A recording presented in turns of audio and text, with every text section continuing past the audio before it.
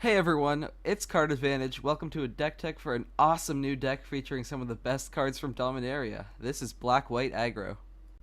Quick disclaimer, this is not going to be a budget deck in any way, shape, or form. Unless you're a billionaire or you already have your cards, you're going to be playing this on X-Mage like me. Still, this is one of the most powerful decks in Standard, and no matter how you play it, you're going to have a lot of fun steamrolling people, I promise you.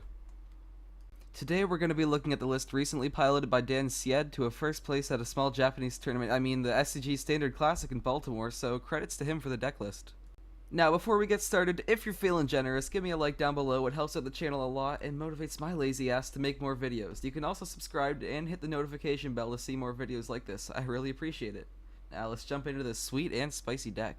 Like any respectable aggro list, we gotta start with our 1-drops. We're playing 4 copies of Toolcraft Exemplar in the deck because, honestly, why wouldn't we? It's a 1-mana 1/1, but it can swing in for 3 on turn 2, which doesn't seem fair, but it happens. This is a really good aggro play that can put in a lot of early damage before the opponent even has a chance to say anything, not to mention it's amazing at crewing vehicles. And don't worry, the deck has 10 artifacts it can play by turn 2, and even more on the sideboard, so you're almost never going to be stuck with a 1/1. Alright, moving on to our 2-drops, we have 4 copies of Scrapheap Scrounger and 4 copies of Knight of Malice. Scrapheap Scrounger can attack super well on its own for 2 mana, and it's great for crewing. It also comes back over and over if they don't exile it, which is a nightmare for control.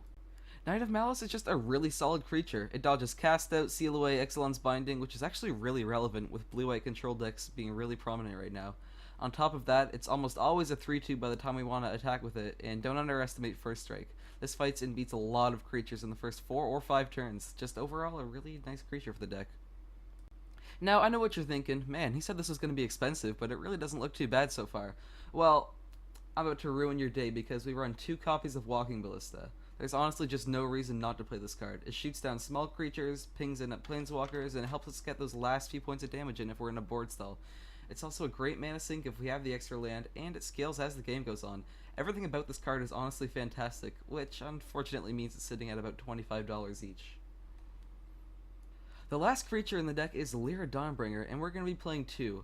I really shouldn't have to explain why, but in case you live under a rock, it's because it's a huge flying lifelinker, and they threw in First Strike just in case anything might have been able to kill it. Lyra is legit, and unless they get rid of it really quick, you're gonna win the game for sure. And that's not even easy to do, short of Cast Out of Vraska's Contempt. Like, for real, what were you thinking, Watsy? You can't just throw friggin' Baneslayer Angel into Standard like a live grenade and just cover your eyes and hope nothing goes wrong. This card is so powerful.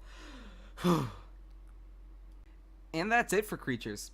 Technically, we're playing the playset of Heartacheron, which is why I was talking about crewing earlier. Playing all 4 copies of a legend is risky, but it's definitely worth it for this. As I mentioned like 4 times, we got a lot of stuff to crew this. It's a huge threat that dodges a lot of removal because it's either sorcery speed or they just won't have the mana for it since it's only a creature half the time. This can swing in, nug for 4, and since we have planeswalkers, which we'll talk about in a sec, we can reliably crew it to shut down a bunch of flying threats on the attack. Hey, did someone say planeswalkers? Alright, let's get this out of the way.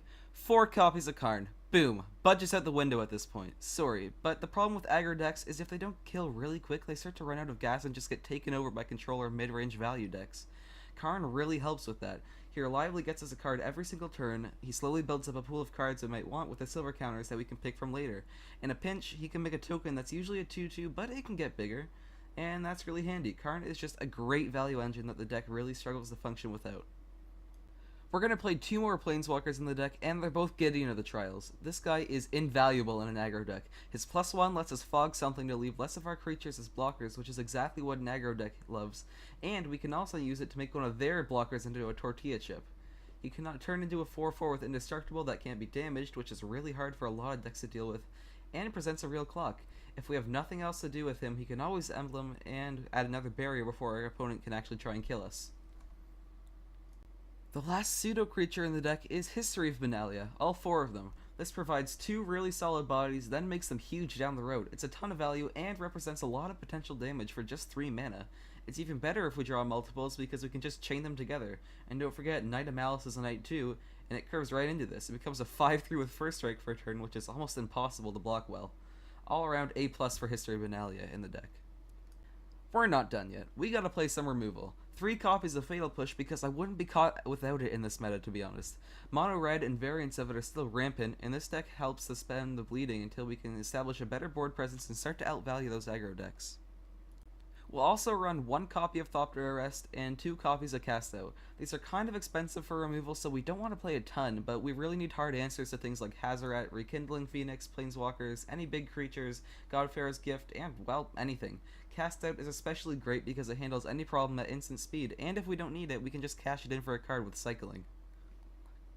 Alright, we gotta run some lands, and this deck plays 24. That might seem like a lot for an aggro deck, but you really want to be hitting your land drops all the way to turn 4 at the earliest, but getting to play 2 or 3 spells on a turn is never frowned upon, so you don't mind having more land.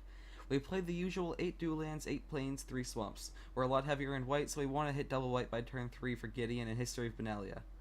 For utility lands, we run 1 copy of Scavenger Grounds, 1 copy of Sheffet Dunes, and 3 copies of If Near Deadlands. Scavenger Grounds is a life ruiner for Godfarer's Gift decks, and it really messes with control, which is everywhere right now. It stops Search for a Scanta from flipping and makes Torrential Gearhulk just a 5/6 with Flash.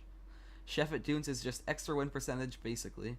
It's a card you might as well play in place of a Plains, and every couple games it's the damage you need to win.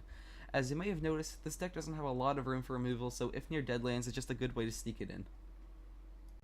Finally, the sideboard. Here's the one Dan Sied used, but I think you should tailor this to your local meta. Seeing a lot of control, Duress Fragmentize, Field Ruin, and Doomfall are all solid. Aggro, Settle the Wreckage, Golden Demise, and Fumigate should be your priority. Aggro is the deck's biggest weakness, so a big chunk of your sideboard should go towards it. Don't be afraid of board wipes. Remember, the deck has Gideon and Heart of Kiran, which dodge them, History of Benalia to keep the bodies coming, Scrap Heap Scrounger, which can keep coming back, and Karn can just find us more creatures or make a token in a pinch. Angel of Sanctuaries is just a great utility creature. It comes in when we need more unconditional removal, and the 3/4 Flying Body is nothing to scoff at either. But listen to me. Don't bring this in against Mono Red, no matter how annoying Hazoret is. Glorybringer is gonna ruin your day. Treasure Map is good for matchups that are gonna go longer. It just gains you some incremental card advantage over time, and smooths your draws out when they count.